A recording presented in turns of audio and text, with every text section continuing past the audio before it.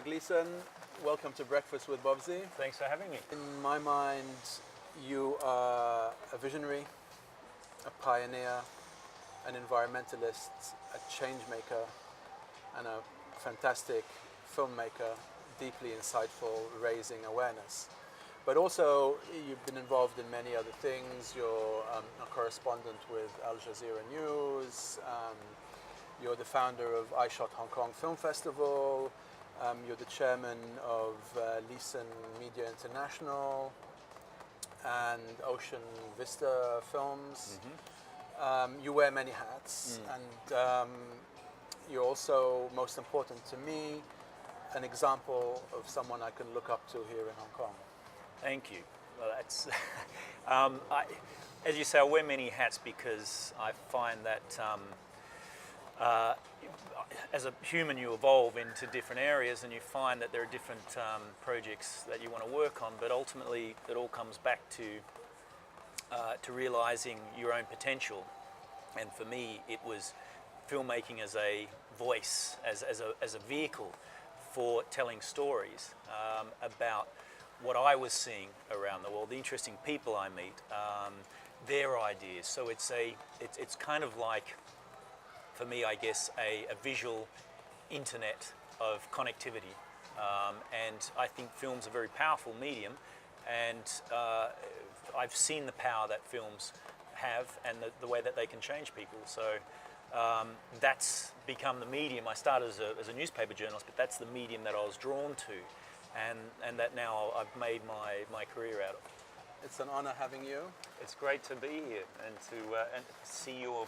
Well, it's new for me because I haven't been to this shop, but what a great location. It's a charming little cafe tucked away in a leafy neighborhood without cars. You can't hear a car, all you can hear are birds. Birds and the rain. Yeah, rain tapping away now, and it's a pleasure. And why can't we have more pedestrianized streets in Hong Kong? Why can't we have streets that are for the arts, for the people, for the community, for the children, for the culture, you know? Exactly. Why is our city lagged behind for so long? And we have a city that's built for cars, not for people. And there are many cities around the world like this. And I think the pity with Hong Kong is that it is actually a people's city, and it's so small and condensed that it takes forever to get anywhere in a car. If we took the cars out of the equation and built it so that people can get around on electric scooters or by foot, you would actually make people's time a lot shorter to travel around the city than what it currently is. And healthier. And healthier. And happier. Yeah, much happier. Yeah. I mean, that's one of the problems now, is that it's getting too polluted and people are leaving. That's something that I'm thinking about myself, is where do I go from here? Because the air pollution worries me a great deal, and I don't want to live in an atmosphere that doesn't sustain my body to the health level that I'd like it to. And so where else do you go? And I don't want to leave Hong Kong. I've got friends and my business is here. Is there another planet you have somewhere, a secret planet we can all move to? Well, that's the message we try and send, you know, with the work we're doing, is that there is an alternative yet. There is no other planet. We all live on this island, and we live here together, and we have to make it work. And I wish people would wake up to that. People are moving around their day-to-day lifestyles and living as if we had 3 or 4 planets in reserve, you know. So if we mess this one up, no worries, boys, we'll just, you know, get another one. But that's right. I saw read some research recently where they said, where the summary of the research was that we're currently consuming so many resources, it's as though we have 6 planets to live on.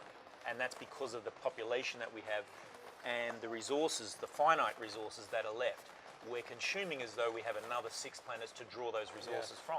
Yes. And of course we don't. And we're not even at a stage yet where we're sustainably growing crops or sustainably managing species that we require to continue living as we do, in a way that we can keep populating the earth. And as tough as it is, I had this conversation while I was in Vietnam last weekend with some friends. As tough as it is, we need to start looking at, well, where is this resource problem coming from? If you take it all the way back, it's coming from overpopulation. So how do we manage overpopulation? And that's a very tough question for governments to deal with, because you're getting to the emotion of what we're all about as a species, and that's procreating and pushing our genetic code. And so when you start to manage that, we're starting to, to really fight against the reason we're here. But what else do we do? And if you look at some of the greatest thinkers of our time, like Sir David Attenborough, who's one of my heroes, they all look and speak about population control as being one way of managing the resources we have left. I wonder though if you've thought about a deeper route to our crisis. It's a crisis. And beyond population, yes, population is a mega challenge.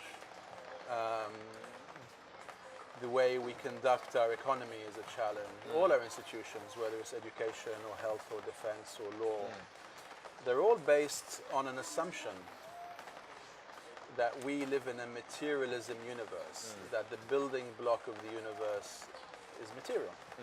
A quark, an atom, a subatom. But in the last 100 years or so, and the ancients knew this, our scientists are telling us, no, there is something beyond materialism, beyond matter.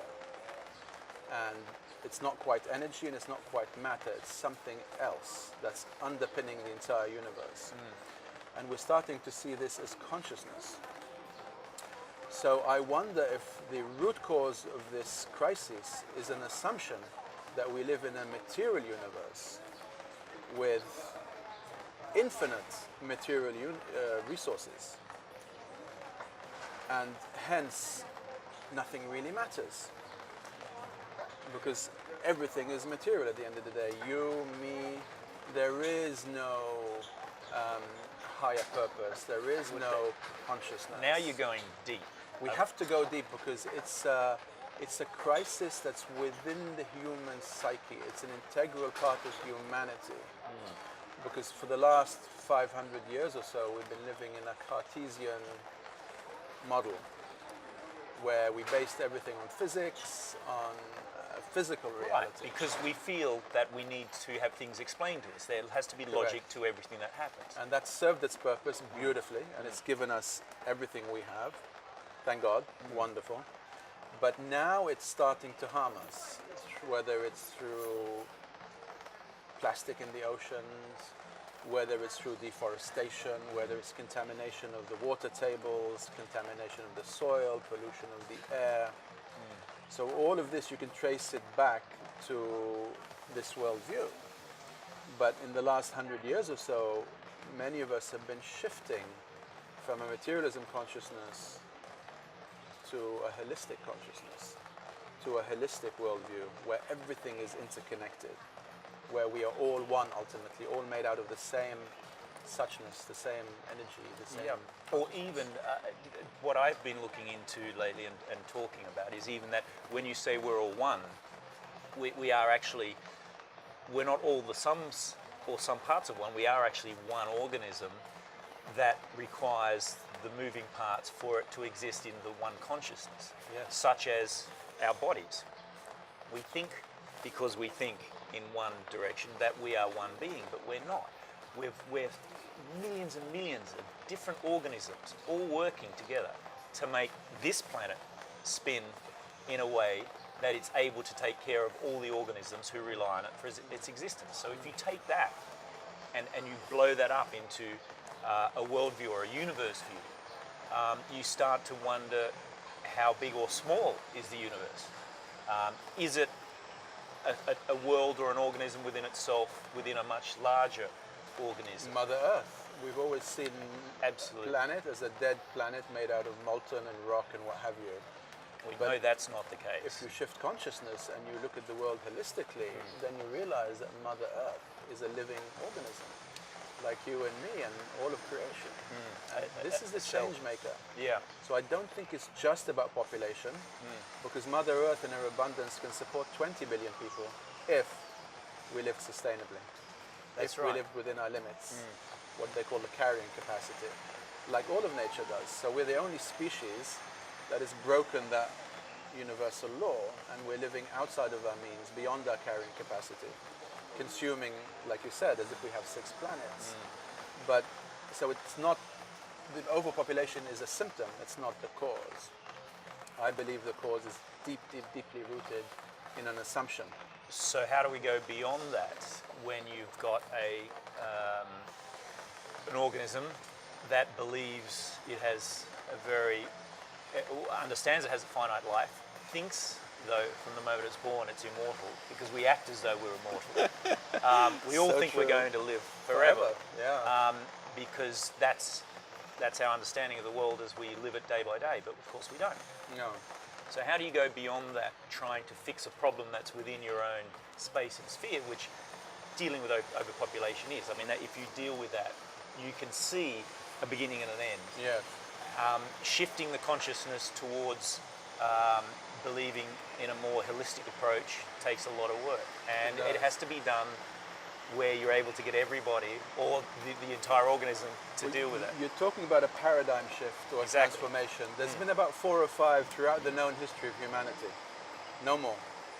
And we are undergoing the largest one now because we've never been so interconnected globally, interlinked through technology and what have you. Previously, ages of enlightenment have been isolated to the ancient Greeks or ancient China, or the Sumerians perhaps, or the Egyptians. There's never been a global understanding, a global movement, a global awakening, what Willis Harman calls the global mind change. This is a first for humanity. But this is speeding change up. There's an exponential growth, and you've probably seen it since you launched Plastic Ocean. Yes. The reception, people are ready for this information. So we are going through a transformation, and we are going through a shift in consciousness, and these take hundreds and hundreds of years. But the beauty about this one now is it's sped up. Right. It's growing exponentially, very, very quickly, much quicker than it's ever done before. And that's thanks to the crises, the environmental crises, but also thanks to technology, that we are all aware of what's going on and we can change quickly. So we've used technology, or are using technology such as the internet, as an interconnected way of being in touch and understanding more a change like you're talking about, which when you think about it is quite ironic. Isn't given it? that we all have that capacity within ourselves anyway to do it. Animals have the ability to communicate without technology, but it's taken us this development over hundreds of thousands of years to get to a point where we can actually connect with each other via external means. And to unwittingly start destroying ourselves by polluting the oceans and the atmosphere and the planet. So now we realize that we can't continue with business as usual. Something has to shift. There has to be some change, fundamental change. But in any dying pangs of an old worldview, there's a fight with claw and tooth. Because the old worldview that's had a grip on the consciousness of humanity for at least 500, 600 years will not let go without a fight.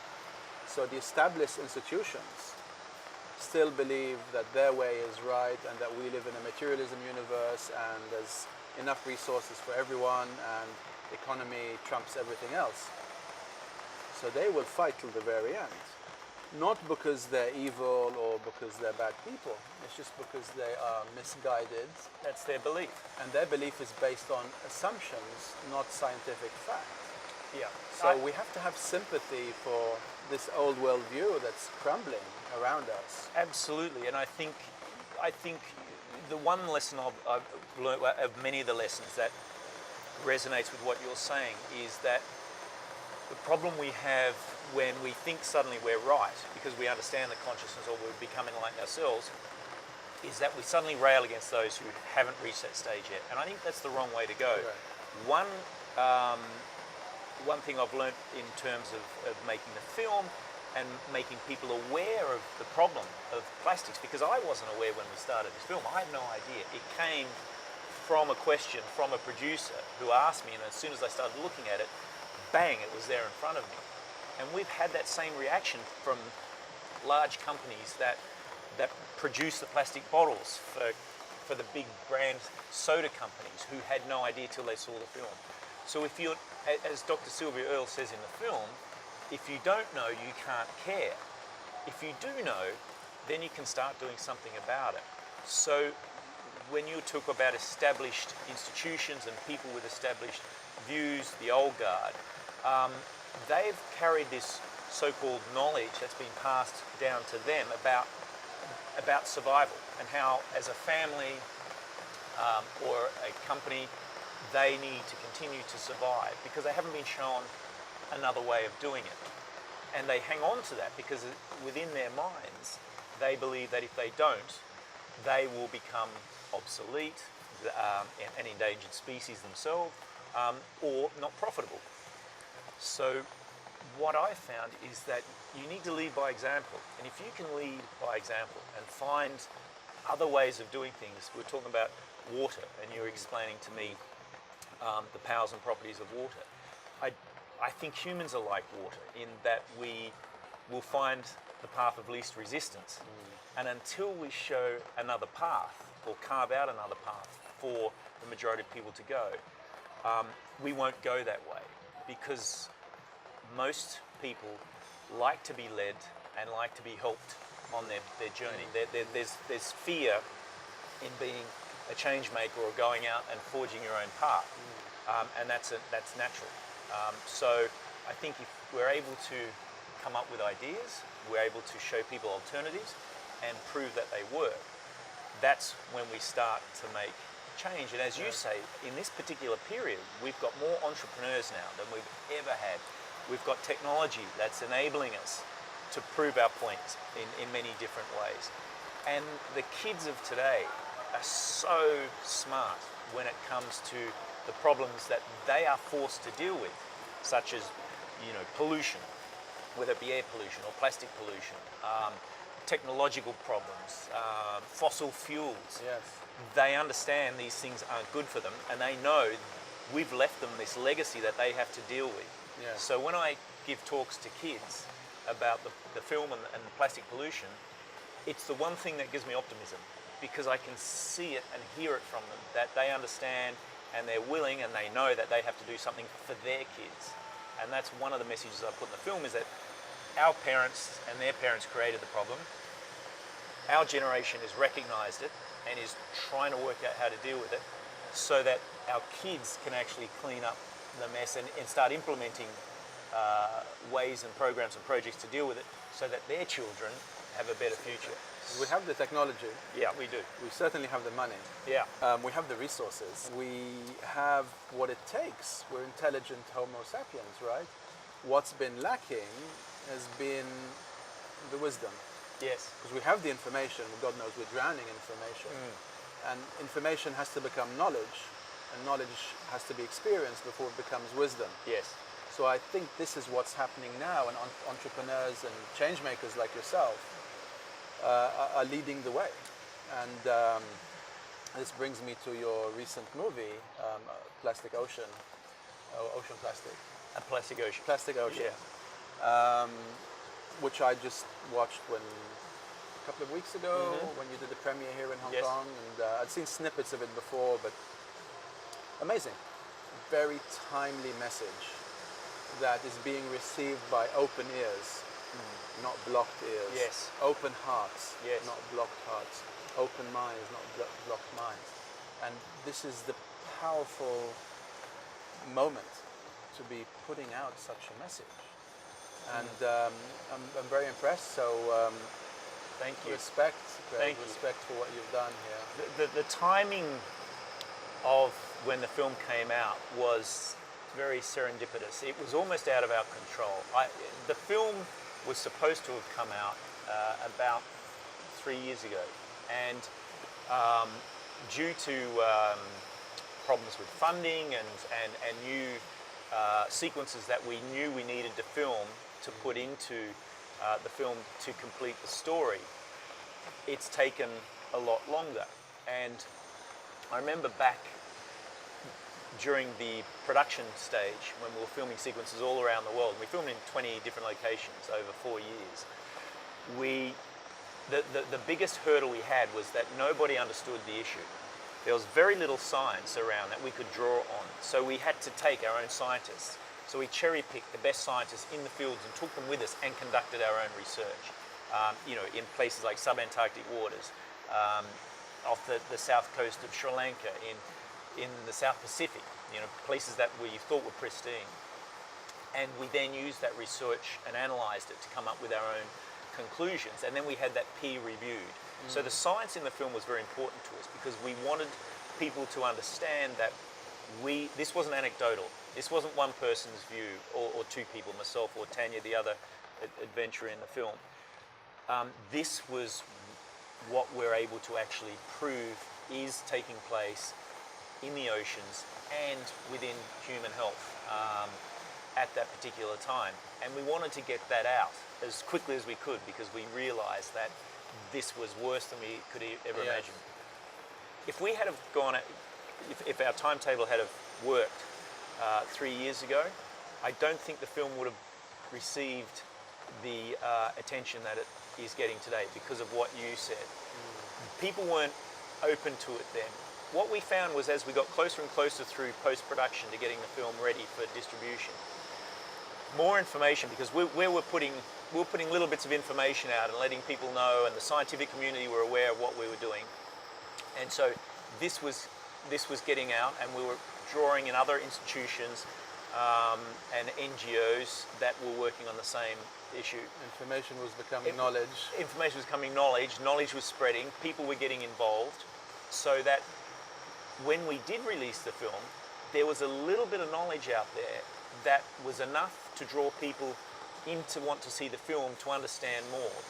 So when they saw that we weren't just an issues-based film, I mean, the film was, I directed it so that it was this great expedition and adventure. So even if you're not into the issue, you could go along and enjoy seeing blue whales filmed underwater for the first time. Leeson albatross on Midway Island, and the life cycle of the chicks. All of these fantastic animal sequences and human sequences and cultural sequences that we filmed, I think made the film interesting on its own. But what we did was we connected the dots with our lifestyle and how over the last 60 years that's put us in this precarious position, and how that's not only affecting marine life, but then it's coming back through the food chain and it's harming us through the human health aspect of our relationship. The turning point, right? Once humans realize that it harms them.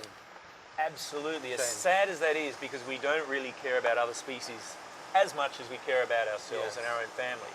So when we connected those dots, and then we were able to explain why it's hurting us, I think that's had a profound impact on people. Yes.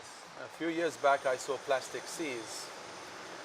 Perhaps the timing of that one wasn't as serendipitous as the timing of Plastic Ocean. Yes. But Plastic Seas came out about 3 years ago. Yep, that's right. And that was very powerful. That shocked me to the core. And then a few years later we had Plastic Age with Will Ferrell's involved with that. And in that they suggest solutions. I don't know if you've seen it.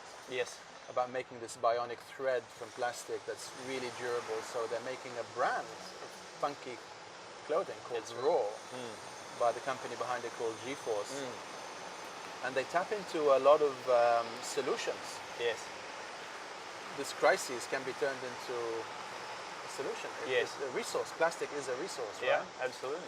And there's this young Dutch chap, young Dutch kid. Boy in Slack. Yes, what he's come up with, his way of using the currents to collect tons and tons of plastic. And I'm sure you're a lot familiar than I am, but there's a lot of innovation entrepreneurs out there who are turning this into an advantage. Yeah, well, and this is why the film took a bit longer, because when we finished filming all of the problems, we realized that it was depressing. I mean, I was so pessimistic in terms of the future of humanity. I mean, I looked at a global scale then about where do we go from here, because I couldn't see any future. We'd messed up the oceans. There's so much plastic in the oceans now that we can't ever take it all back. It's in such small pieces, and it's so entrenched into our food chain that there's no way we can clean it all up. So how do we fix that?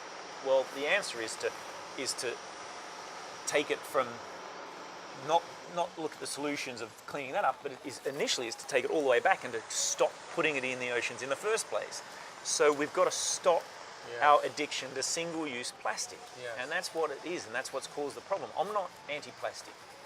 I mean, my phone, my computers, our cameras, they're all made of this great material. We need it.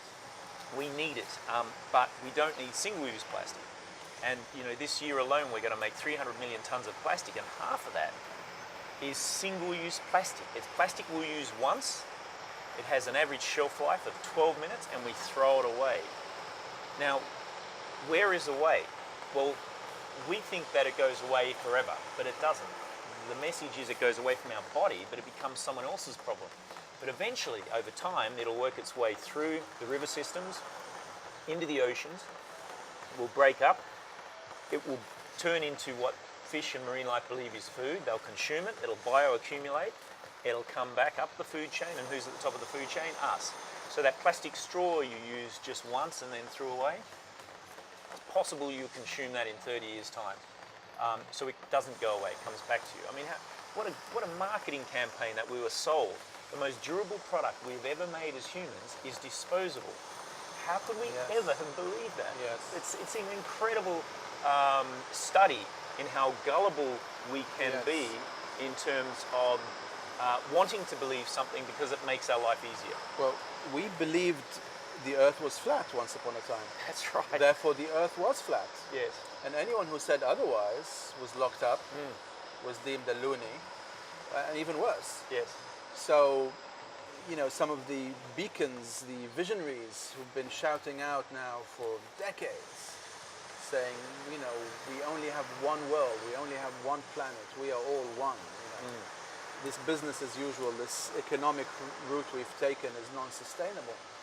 My sympathy, my compassion goes out to these people, visionaries, artists, who've been shouting from the rooftops. The writing's been on the wall for so long. I know. But it's taken us till now that it's starting to harm us, unwittingly, inadvertently. Yes. We are not only harming other species. Some people say, well, I don't care too much about the chickens and the cows and the whales. But if it's harming you and your kids, basta, stop. Yeah, well, look, that's an interesting point. And as I said, I think when Tanya Streeter, the freediver in the film, we take her to a chemical analysis laboratory, and she's just given birth to her second child. Yeah, that's a touching moment. And she realizes that everything she touches that's plastic, even just by touching it, it's leaching chemicals into her, and that could have affected her baby. And she breaks down, she starts crying. And we actually cut that to minimize the distraught nature of the moment for her, because we didn't want people to think we were getting too over emotional with it. But Tanya really felt deeply that the problems that she was creating for her children were her fault, and that affected her. And so we left a little bit of that in the film because we wanted people to understand that when you think about this deeply, there is an emotional connection that we need to be aware of in terms of the legacy we leave. But interestingly, in the film, the one sequence that people come back to me and keep saying really shocked them, which surprised me because of what we're talking about, how we care more about us and ourselves and our immediate family than we do other species. But the one sequence people keep saying to me that shocked them is the sequence where we open that shearwater bird, we're doing the necropsy on it, and Jennifer Lavers, our seabird scientist, pulls out handfuls of plastic and puts it on the bench. And that shocks people because it's not just that that bird died from over-ingesting plastic. People feel personally responsible for that bird's death, as I do. I didn't know plastic was a problem until I became aware that it was a problem. So up until that point, I'd been using plastic as though it was disposable. And my life up to that point had created a problem where that plastic's still out there in the ocean somewhere, and it's affecting an animal somehow. So it's very possible that some of the plastics in that fish came from my lifestyle. Yes. And I think by that I point... thought I recognized your initials on one of yes, those lighters. exactly. So when we finally show that sequence in the film, the realization is there by that time that we're all responsible and in some way, shape or form for what's happening. So people connect that dot at that moment in that film. So I think we find through the film, in the way that we crafted it, and we crafted the script, and our fantastic editor, Mindy, the way that she built a lot of the story visually, works, because the places we were trying to make the highlights, we're trying to resonate with people, we're trying to get an emotive point out. We're seeing that as we sit in the cinemas and sit with other people, and we hear the audible gasps, and we hear the talk, and we see the smiles, and we see the tears. And we have people coming up to us afterwards saying, you know, I cried during that film, and I want to do something. What can I do? Tell me, what can I do? So it was important for us that the last act of the film concentrated on solutions. And we didn't want people leaving the cinema feeling like they'd been shot in the head and there was nothing they could do and no hope for their children. We wanted them to go out and start being the change makers. Absolutely. that we were being in making the film. And as I say to people, look, I'm actually no different from you. What happened was I was made aware of the problem and I wanted to do something about it immediately. And for me, the best way of doing something immediately was making a film that would create awareness. So now it's your turn. You go and do something that draws on the resources you have and your skills to be your change maker in your sphere of influence. And that's what we're finding happens. And on that note, coming down from your screening, we were coming down in the lift after the screening of Plastic Ocean, and there was about a dozen of us in the lift.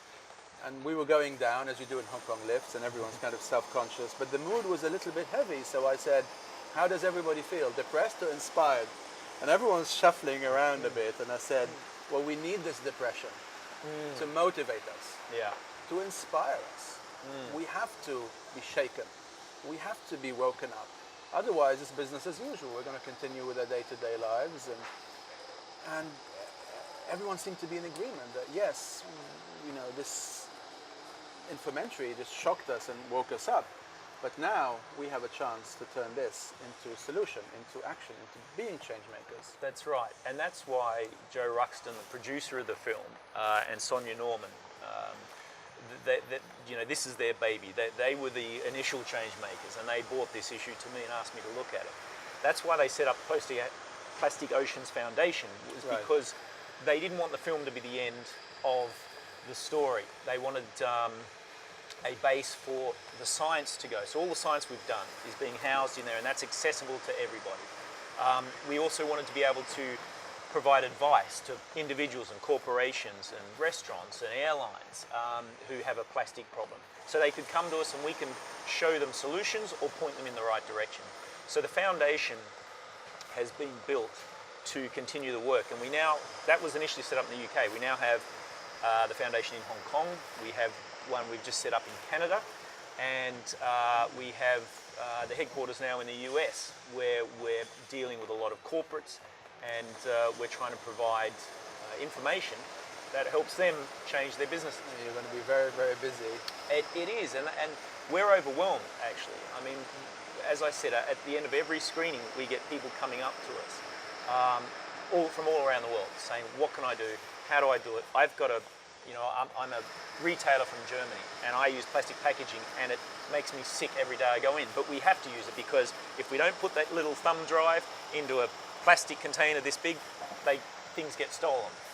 If we put a light bulb into a cardboard container, and we put it beside a same light bulb in a plastic container, 70% sales drop in the cardboard container because people want the plastic one. So how do we change that? And so we kind of come back to them with ideas and solutions, or we help them set up their own Plastic Oceans Foundation in their own village or town or country, so that they can start bringing in other corporates and like-minded entrepreneurs who can then build their own solutions base and start being their own change-making device in that area.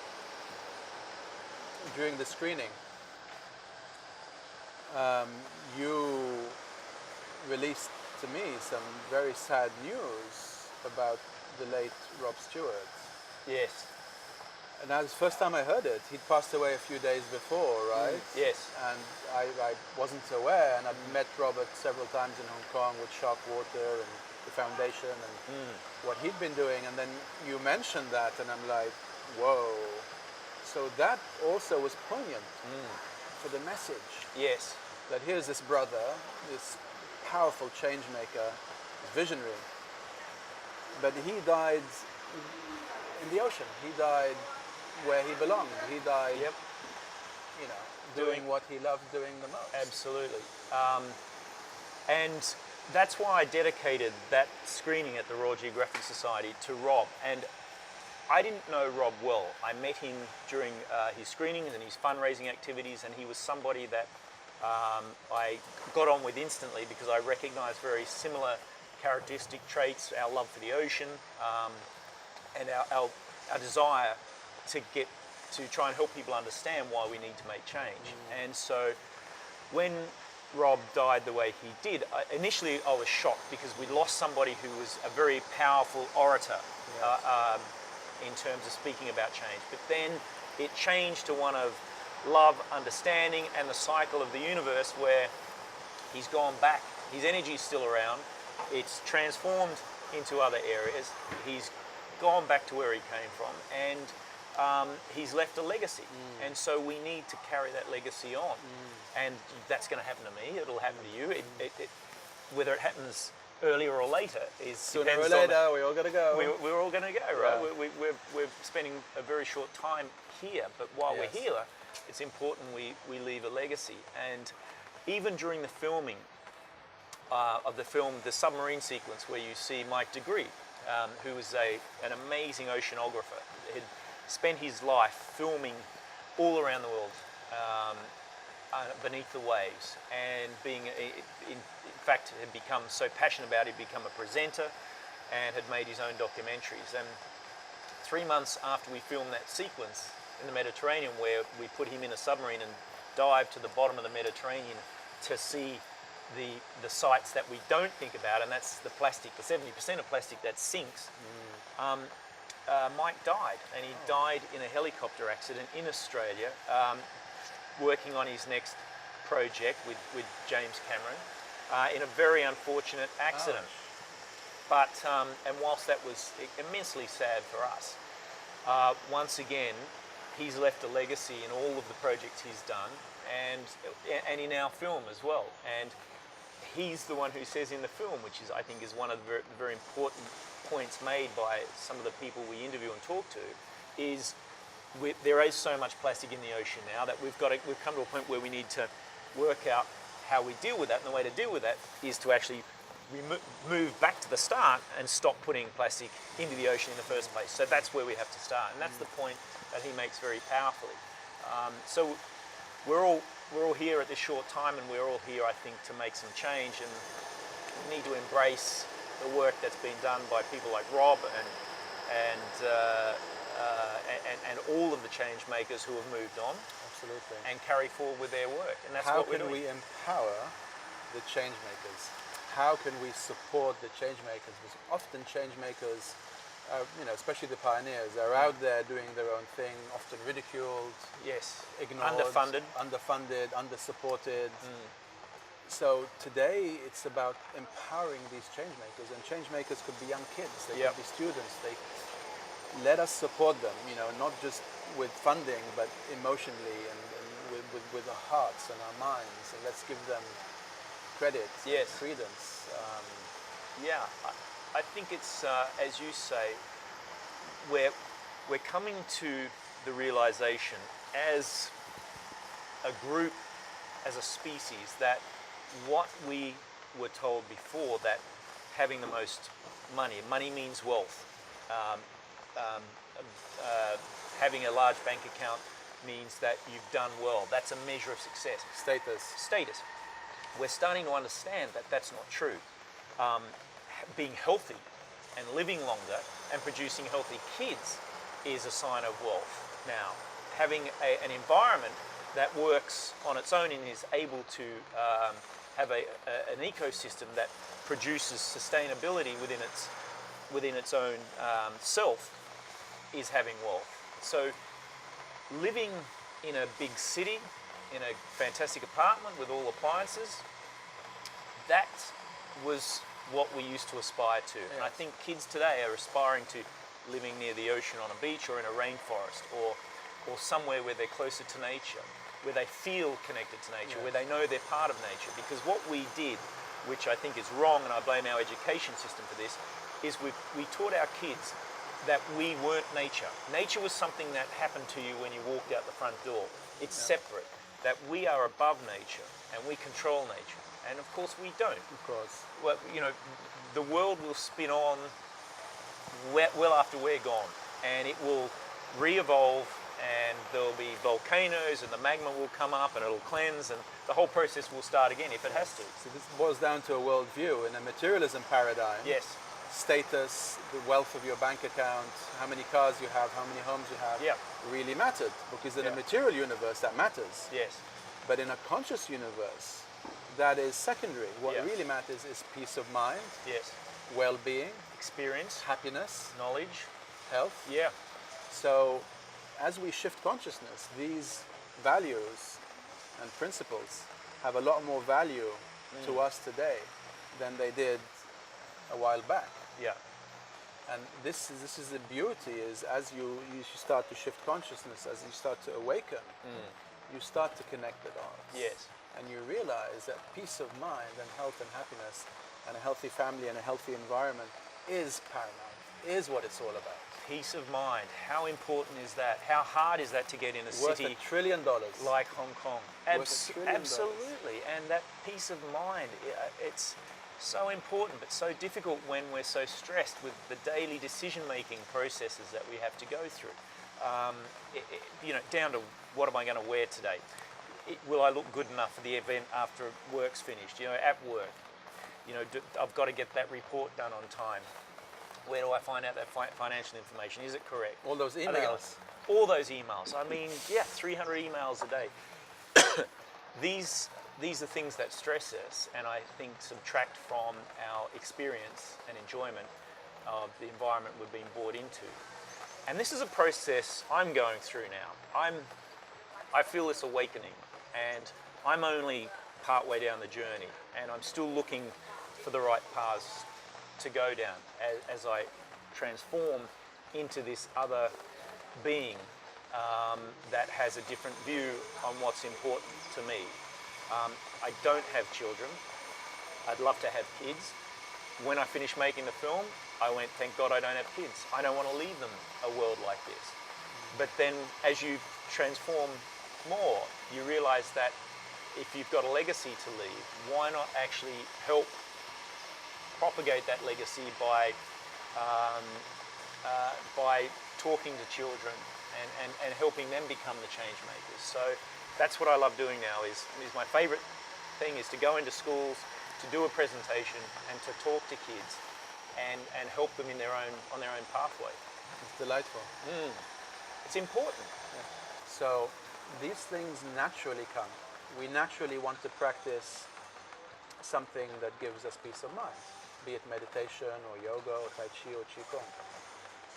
So we naturally start to change, because all change comes from within. And once our mind expands with an idea or a vision, it cannot shrink back again. Because that's the beauty about the human mind. That is our nature. And therein lies the hope. That's why I wake up every morning optimistic, regardless of what's happening to our forests and our groundwater. I'm aware of that.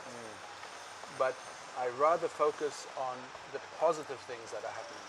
And all these change makers like yourself, Craig. We focus on people like you who are coming with solutions, who are showing the way, who are saying, wait a minute, yes, I'm aware of these problems, I'm aware that the ocean is full of plastic, but have we considered using plastic as a resource? And so on and so forth. So let us focus on all the positive things that are happening. Because the more awareness we bring to that, the more it can blossom, the more it can bloom. let us be aware of the negativity and the destruction that's happening, but let us not put our attention onto that.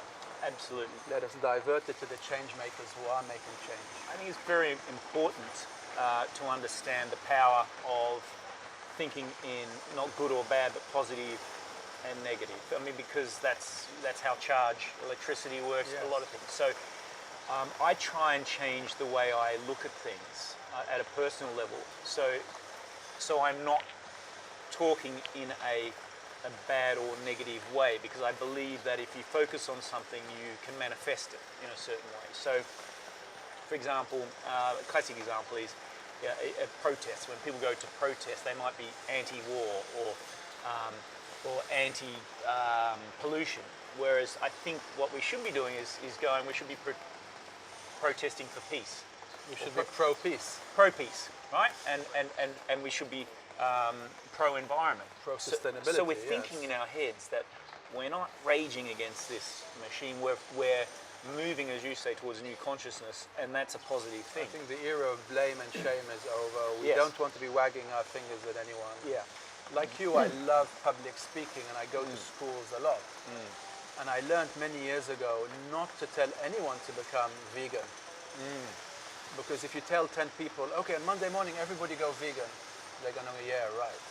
But if you tell these 10 people on Monday morning, reduce your consumption of meat, fish and dairy, well, 9 out of 10 are going to say, yeah, I can reduce my consumption of meat, fish and dairy. Yeah. So it's about being proactive. And helping people have their own awakening. You can't force it on. And that was a really important part of scripting the film was, you know, the producers were saying to me, well, you know, we've got, who's the bad guy? You've got to have an anti-hero. You've got to have the focus of attention on who's to blame. The cowboy in black, you know. Exactly. And what we realized was that we couldn't, if we said corporations are to blame, or we said people are to blame, or plastic manufacturers are to blame, we realized that all that's doing is shifting blame away from other people who actually work. You know, the thing is, we're all to blame. We've all been seduced by this marketing concept that plastic is disposable. And rather than force people into that realization, we wanted them to wake up to that through the film. So first of all, we show plastic as being the problem. That's to blame. Plastic's causing this problem in the oceans. And then we move towards, well, where's that coming from? Well, plastics producers, maybe they're to blame. And then we move from that, well, why are they producing plastic? Consumers want it. So maybe consumers are to blame. And then, well, why are consumers using it? Because governments allow legislation that allows it into the marketplace. So maybe governments are to blame. Great, it's not us. And so there's this line all the way through where the blame kind of shifts very subtly until you realize we're all to blame. There's no blame. It starts with us. Yes. And for me personally, the script was massaged that way because that's what happened to me. I wasn't to blame until there was that awakening moment where I started seeing this thing I hadn't seen all my life because I hadn't looked for it. I was told it was something that we all use and it became invisible to me. Yet you're a surfer, you've been surfing oceans. I surf, I dive, I grew up on the oceans, I could swim before I could walk. Never fully noticed. I'd never noticed plastic in the environment, and that's because it was something I used every day and had become part of my life as much as the grass and the trees and you know, the dog and everything else within my life. That was part of there's a jigsaw puzzle that Yes. made the picture whole. So this leads me to the next question. When was your Eureka moment? If you reflect backwards, when was the moment when it hit you? You became aware, and let's just focus on plastic for now. Yeah, okay. Well, with plastic, it was, so Joe Ruxon, the producer, called me and said, have you noticed plastic when you're swimming, and have you seen all this? And I said, no, I don't know what you're talking about. I'm in the ocean all the time. And she said, look, I think there's a problem. I'm going on an expedition to the North Pacific Gyre because there's supposedly this floating island plastic as big as Texas, and we're going to do a scientific study on it. So this is what we're being told is happening. So can you have a look when you're surfing and filming and in the ocean? So from that moment, I Remember where you were? Yeah, I was at Dailan 1, actually, in Oh, Hong Kong. on the and beach? On the beach, because I went surfing. And as I walked down the beach, I'm thinking, all right, I'm going to look for plastic. As I walked down the beach, I suddenly looked along the beach, and all of these bright colours started, like stars, started pinging off the beach. And I walked down on the wind line, I started picking it up and looking at it. I'm like, that's not sand, it's not a rock. That's a tiny piece of plastic. And How poignant. So you were on the beach when you got that phone call. No. This was the next day when I went surfing. The next day, wow, Yeah. okay. And as I paddled out, I saw these things that looked like jellyfish but weren't jellyfish. I picked them out in our plastic bags. And I remember sitting on my board and I'm waiting for a wave to come. And I looked down at my feet, and the water was clear enough at Dailan 1 at that point to see my feet. And this plastic bag just seductively wrapped itself around my foot. And I had to kind of kick it off. And I picked it up and I looked at it. And I went, holy moly. Why didn't I see this before? Is this something that's just become worse? So it wasn't a problem before? Or have I just recognized it? Yes. So when Joe came back after a month on the expedition, by that stage, I'd gone deep into research and tried to find science on it, and realised that there wasn't a lot written about it that I could draw from. No one could tell me if plastic had reached Antarctic waters. No one could tell me if plastic was affecting fish in the South Pacific, which, you know, we're told is this beautiful location with gin clear water and fantastic coral reefs. Nobody could tell me what effect plastic would have to other marine life. Are they eating it? If so, what happens to it? What happens to seabirds that eat the fish? And by this stage, I'm starting to work out the food chain.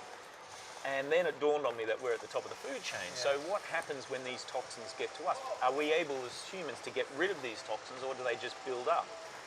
So it started this chain of events and this awakening that you've been talking about, which once it happens to you, you can't go back. And Jo came back with these statistics that were frightening. She said, look, there is no floating garbage island as big as Texas, as we've been told and we read about. She said it's actually worse than that. She said the water is gin clear. You occasionally see a floating water, a plastic bottle or plastic bag. She said, but when we put these manta trawls with these fine mesh nets behind them and tow them for an hour and we bring them up, she said there's this glutinous mass of microplastics. And when she sent me the footage and the photographs, I couldn't believe it, because then I suddenly realized that this is affecting everything that we rely on for survival. The oceans, marine life, our food source. And we then had a discussion about, well, what do we do about it? What does it mean if it's that bad in the North Pacific gyre? What's it like in the other 4 gyres that drive everything we rely on, you know, for our survival on the planet? And no one could tell us. So the idea was to go and find out, do an investigation. And Jo spent 2 years, and Sonia raising the money to do that. These things cost money, and if we're going to do it properly, we needed big pieces of equipment, boats. We needed submarines. We needed to be able to go to every location on the planet, whether it was below the surface, above the surface, into laboratories, on mountains, to determine the extent of this problem. Because it was only once we realized how bad the problem is and the extent to which it's affecting people, can we quantify the nature of it and then look at solutions or what needs to be done to overcome it. And so that's why over 4 years we went to 20 locations around the world, and as I said, you know, we took submarines to the bottom of the ocean. We looked at the surface of the ocean. We looked in the food that we were eating, and slowly by slowly we joined the dots. And the film was a culmination of all of those dots coming together, so that we had an overall picture that we could present to people to say, we have an issue. Like, I didn't know there was an issue before I started the film. If you're not in touch with the ocean like I am, you probably have no idea there's an issue. If you live on a mountain in the Sierra, you definitely probably don't know there's an issue. So here's what we've found. What do you think about that? And so the Is film there is that. anything that you wish you'd put in the film that you haven't put? Yeah, there is. Once again, it was all about funding and about timing. And Yes. when we filmed the solutions segment and edited it, there were only so many solutions at that stage that were being explored. And once we'd finished picture lock on the film, the solutions, of course, and the story keeps rolling, and many more solutions and ingenious ideas were coming out. So there were good solutions and bad solutions. There were solutions that worked, some that didn't, such as you mentioned Boy and Slat, the young European boy. Most scientists believe his device won't work. Yes. And that's because of fundamentals such as, it won't survive big ocean storms. It's only solving a small part of the pollution problem. As we know, 70% of plastic sinks, so it's only tackling the surface area. It will harm marine animals that are caught in that plastic or living on it. So there's reasons why they don't think that works, but he's thinking about it. Of course. He's 20 years old. Yeah. He came up with a solution. He can raised afford money. to fail for 5 years. And But then, wonderful that someone Isn't it? is out there trying to solve this issue. Yeah. And scientists are now saying, well, this is what we can learn from what he's doing, as he will, because he's got funding now where he can moderate that and hopefully overcome those problems and build that. But there's one person who's doing something about it. And it can be as simple as not using one of these as an individual. Just deciding and having that awakening, well, I don't use straws at home. Yeah.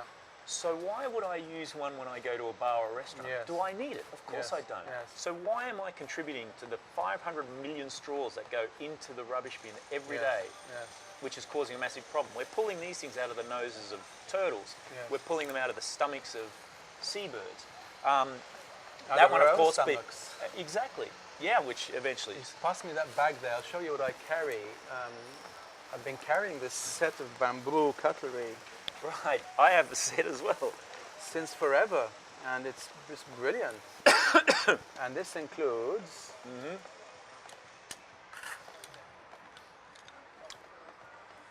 a bamboo straw. Yeah.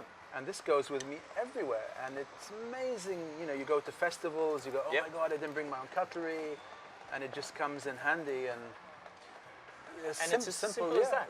And this boils down to, I think you concur with me, is what can we do today in March 2017, and that is to boycott single-use plastic. Yes. Right? Absolutely. So everything Mana does now, we have this little icon here, and it's in English and Chinese, and it says boycott single-use plastic. So Yes. everything we publish now, everything we print, that is our message. Yeah. Because that's something you and I can do today. Absolutely. Right? And, Today. and single-use plastic is the problem. That's the stuff that's causing the damage. And Yes. as you say, the best way to fix the problem is to stop using it, stop demanding it, stop the production of it. And of course, that's I not have a always set- I've got two convenient, sets right? like It's this. not always convenient. It's- You want to grab a coffee, you're rushing, there's Starbucks, you go, you forget to tell them, and they put a plastic lid on top of your coffee, and then you're like, well, what to do, and So what do? Well, you create a new convenience.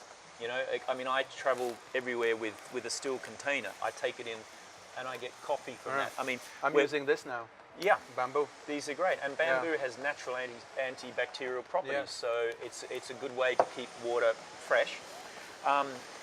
We're using these cups today to make a point, because most people think that coffee cups made of paper that they get from a big chain coffee maker is a way of not using plastic. But what they don't realise is that most paper cups have 27% plastic as a liner inside them to stop the paper going soggy. And no one's going to recycle that. You can't recycle that, because if you put it into the paper bin, you're contaminating the paper recycling company's ability to recycle the paper, because it's got plastic in it.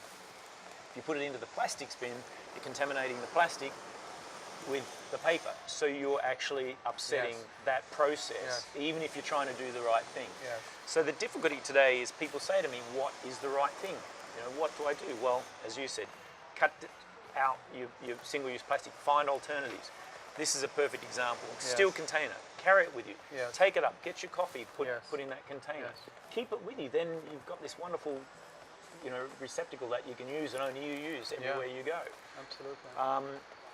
So there are ways. Now, The film has received fantastic recognition for the message.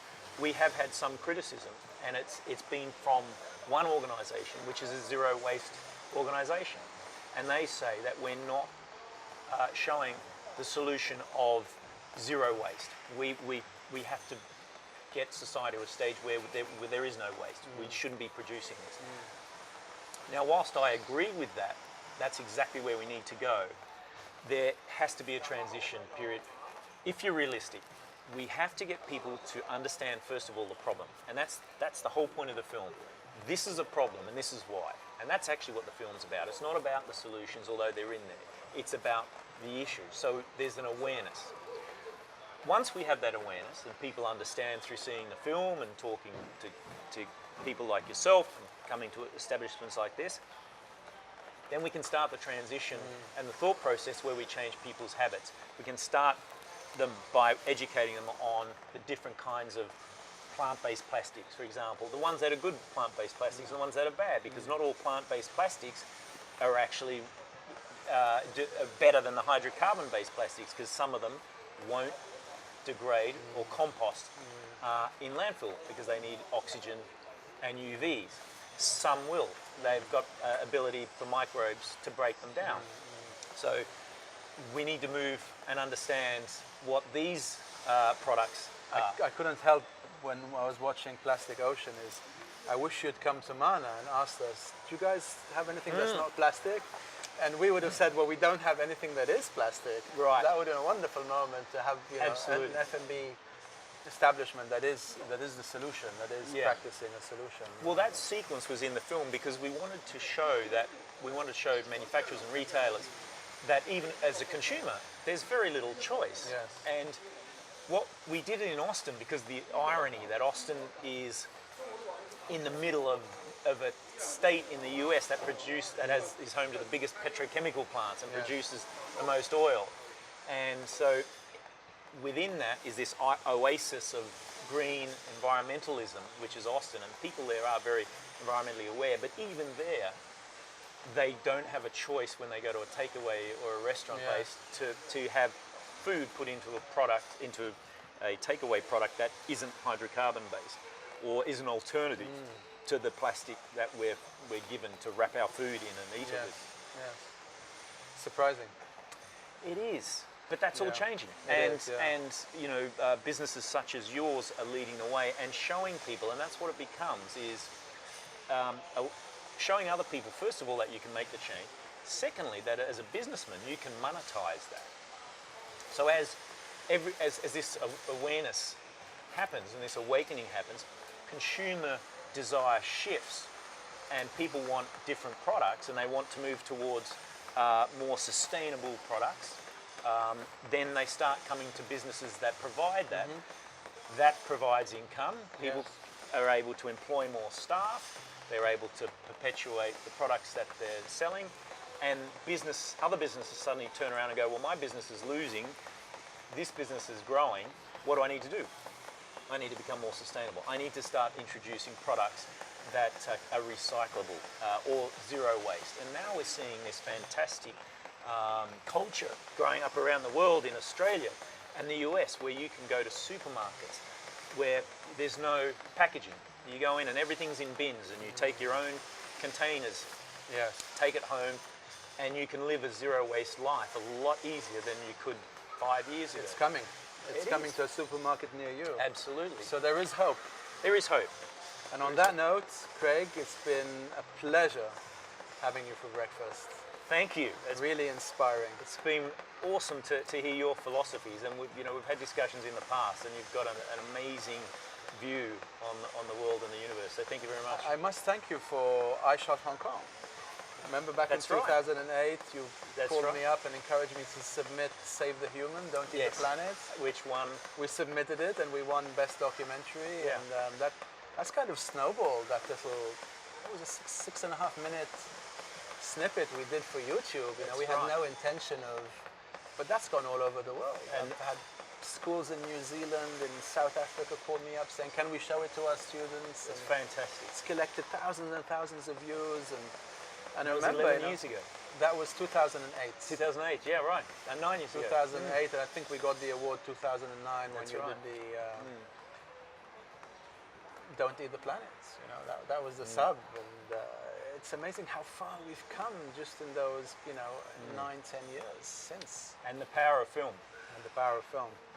And you've been ahead of the curve on that one for quite some time. Thank you. So I thank you, and pleasure having breakfast with you. Lovely to be here. Thank you.